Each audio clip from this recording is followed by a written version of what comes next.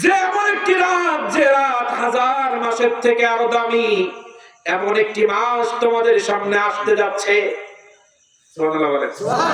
এমন একটি মাস তোমাদের মাঝে আসতে যাচ্ছে, যে মাসের মধ্যে একটি মাত্র নফল কাজ যদি কেউ করে, আল্লাহ রাব্বুল আলামিন সেই কাজটা ফরজে পরিণত করে দিবে। রমজান মাসে 1 টাকায় 70 টাকার হিসাব দেওয়া আছে হাদিসে মুবারাকায়। এমন একটি মাস তোমাদের সামনে আসতেছে, যে মাসের মধ্যে 2 রাকাত নামাজ তুমি পড়বে নফল, নিয়ত করবে নফলের, কিন্তু ওই 2 রাকাত ফরজের মর্যাদা রাখবে। সুবহানাল্লাহ। তুমি দান করবে 1 টাকা, কিন্তু তুমি যখন কোনো ভিক্ষুককে 1 টাকা দিবা, আল্লাহর কাছে 1 চান্সে 70 টাকা ফেরেশতা লিখবে। সুবহানাল্লাহ। রমজানের চাঁদ যখন উঠে যাবে, রমজান শুরু শেষ হওয়ার আগ পর্যন্ত, এই রমজানের মুবারকের মধ্যে যে কোনো সময় তুমি যখন 1 টাকা দেওয়ার জন্য মসজিদে হোক, মাদ্রাসায় হোক, কোন এতিম বাচ্চাকে হোক, কোন ক্ষুধার্ত ফকির মিসকিনের জন্য হোক, 1 টাকা এমনি যখন ধরবা, তার পাত্রে ঢাকার সঙ্গে সঙ্গে 10 নয় 20 নয় 70 টাকা দানের সওয়াব প্রথম একটা লেখা হবে। এরপরে বললেন আমসালুহা, 70-এর অধিক পরিমাণ আল্লাহ দিতে পারেন। কি পারেন? এখন দিবে, এই দেওয়ার ব্যাপারে কথা আছে। যেমন ব্যক্তি তেমন দেবে। একজন দারোয়ানের বেতন একরকম, পিয়নের বেতন কিন্তু একরকম, একজন প্রফেসরের বেতন একরকম, ভাইস প্রিন্সিপালের বেতন একরকম, প্রিন্সিপালের বেতন একরকম, নাইট গার্ডের বেতন একরকম, চৌকিদারের সম্মান একরকম, মেম্বারের সম্মান তার থেকে বেশি, আবার চেয়ারম্যান তার থেকে একটু বেশি, উপজেলা চেয়ারম্যান আর একটু বেশি, এমপি সাহেবের আর একটু বেশি, মন্ত্রী সাহেবের আর একটু বেশি, প্রধানমন্ত্রীর তার থেকে আরো বেশি। সুবহানাল্লাহ। এখন প্রধানমন্ত্রীর কথা আর মন্ত্রীর কথার পাওয়ার 1 না 2? আমাদের নাইট গার্ড চৌকিদার ইউনিয়ন পরিষদের চৌকিদার যদি একটা কথা বলে, তার সেই কথার দাম আর চেয়ারম্যান একটা বললে দাম বেশি না কম? দাম বেশি চেয়ারম্যানের। সেমনি ভাবে আপনিও আল্লাহর কাছে চাইবেন রমজানুল মুবারকে, আমিও চাইবো, উনিও চাইবেন, সবার জন্য 70 বরাদ্দ।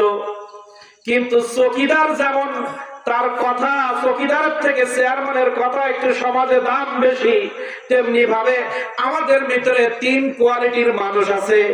কয় কোয়ালিটি? 3 আমসালুহা ব্যাখ্যা করছি। আল্লাহ তাআলা 70 নেকি দেবেন, এটা কনফার্ম লিখে দিয়েছেন, কিন্তু পরে একটা শব্দ আছে আমসালুহা, এর থেকে বেশিও আল্লাহ দেয়, কিন্তু এই বেশিটা দেওয়ার ক্ষেত্রে একটু ঝামেলা আছে। যে শুধু জুমার নামাজ পড়ে তার একরকম, আর যে 5 ওয়াক্ত সহ জুমা পড়ে তার নাকি একরকম, আর জুমা আছে, 5 ওয়াক্ত আছে, সাথে তাহাজ্জুদ আছে, তার আরেক রকম। সুবহানাল্লাহ, সুবহানাল্লাহ। যে ব্যক্তি পিতামাতার অবাধ্য হয়ে নামাজ রোজা করে, হজ করে 1 টাকা দিচ্ছে, তার এক রকম। আবার পিতামাতাকে আকাশচুম্বী মর্যাদা দিয়ে 5 ওয়াক্ত নামাজ দিয়ে 1 টাকা দিচ্ছে, তার আবার এক রকম। একজন সুদখোর 1 টাকা দিলে তার এক রকম। একজন ভ্যান চালাওয়ালা, জীবনে কোনোদিন মিথ্যা বলে না, অসৎ ইনকাম করে না, তার 1 টাকার দাম আরেক রকম। পৃথিবীর মানুষের কাছে শ্রেণী বিন্যাস হয়, নাইট গার্ড ছোট, চৌকিদার একটু বড়, মেম্বার একটু বড়, চেয়ারম্যান আর একটু বড়। আর আল্লাহর কাছে বড় হতে গেলে সত্য বলা লাগবে, হালাল উপার্জন করা লাগবে, 5 ওয়াক্ত নামাজ লাগবে। একজন মন্ত্রীর পৃথিবীতে অনেক পাওয়ার থাকতে পারে, কিন্তু মন্ত্রীর মধ্যে যদি নামাজ না থাকে, আল্লাহ তাআলার কাছে একজন ভ্যানওয়ালার থেকে নিকৃষ্ট। আল্লাহ তাআলা বললেন, ইন্না আকরামাকুম ইনদাল্লাহি আতকাকুম। এই আয়াত যখন আপনি পড়বেন বুঝে যাবেন। আল্লাহ তাআলা সূরা হুজুরাতের মধ্যে বললেন, ইন্না, নিশ্চয়, আকরামাকুম, আমার কাছে সম্মানিত, ইনদাল্লাহ, আমি আল্লাহ আমার কাছে সম্মানিত সে, আতকাকুম, যার ভিতরে আমার ভয় বেশি। পৃথিবীর জমিনে যার অন্তরের ভিতরে আমি আল্লাহ আমার ভয় যত বেশি, আমার কাছে ওর সম্মান তত বেশি। এখন বলেন আল্লাহর ভয় কেমনে দেখাবেন আপনি? আল্লাহর কথা শুনে যদি চোখে পানি চলে আসে, মুয়াজ্জিন হাইয়া আলাস সালাহ বলার সঙ্গে সঙ্গে মসজিদে যাওয়ার জন্য আপনার যন্ত্রণা শুরু হয়, এটা আল্লাহর ভয়। আপনার সামনে হালাল আছে, হারাম আছে, আপনি ওজনে কম না দিলে আপনি হালাল পথে আছেন, ওজনে যদি কম দেন তাহলে আপনি হারামে আছেন। আপনি বাগদায় যদি পুশ করেন হারামে আছেন, পুশ না করে স্বাভাবিক বিক্রির মধ্যে হালাল আছে। আপনি 10 টাকা দিয়ে 10 টাকা নিলে হালাল, 10 টাকা দিয়ে 20 টাকা নিলে হারাম। এখানে আল্লাহর ভয় নাই। আল্লাহর ভয় কি?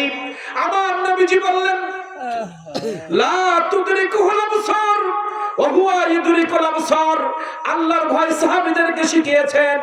আল্লাহর ভয় তোমার মধ্যে পরীক্ষা করো। তুমি আল্লাহর ভয় ঢোকাতে গেলে তুমি যখন ইবাদত করবা মনে করবা আল্লাহ তোমার সামনে, সুবহানাল্লাহ। তুমি আল্লাহকে দেখে দেখে ইবাদত করো। সাহাবায়ে কেরাম বললেন রাসূল আমরা তো আল্লাহকে দেখি না। ওয়া হুয়া ইউদরিকুল আবসার, তুমি মনে করবা আল্লাহ তোমার প্রত্যেকটা কাজ দেখতেছেন। এই আয়াতের আমল যদি আমরা করি, কথা বলার সময় মিথ্যা বলবো না, কারণ সত্য আল্লাহর, মিথ্যা শয়তানের। হালাল আল্লাহর, হারাম শয়তানের। পর্দা আল্লাহর, বেপর্দা শয়তানের। হালাল চাকরি, সুদ ঘুষ শয়তানের। সুদ ঘুষ না নিয়ে সঠিকভাবে ফাইল সই করা আল্লাহ। কথা বলেন। নামাজ না পড়া শয়তানের কাজ। নামাজ পড়া আল্লাহর ইবাদত। মানুষের হক কাছে পৌঁছাই দেওয়া আল্লাহর ইবাদত। হক নষ্ট করা শয়তানের কাজ। এখন যদি আপনি আমি শয়তানের কাজ করি, আমার ভয় আছে অন্তরে, আমার অন্তরে যদি আল্লাহর ভয় থাকে, আমার দ্বারা কোরআনের বিরুদ্ধে কোনো কথা হবে না।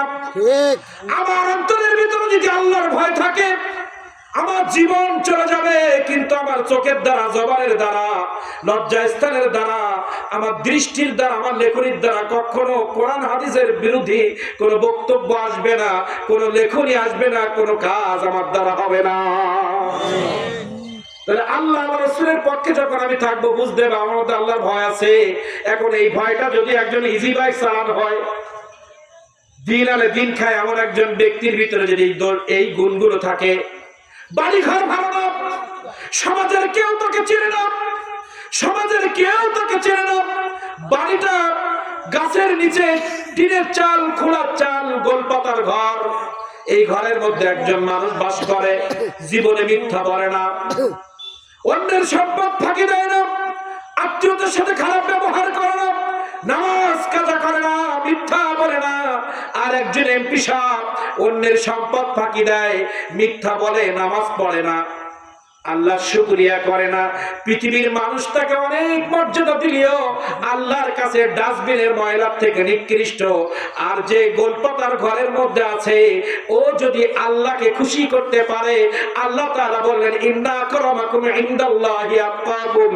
আমার বিধিবিধান মানার কারণে, আমার ভয় করার কারণে আমি আল্লাহ আমার কাছে এমপি, মন্ত্রী, মিনিস্টার থেকে ওই গোলপাতার ঘরের মানুষটা অনেক দামি, ইনশাআল্লাহ অনেক দামি।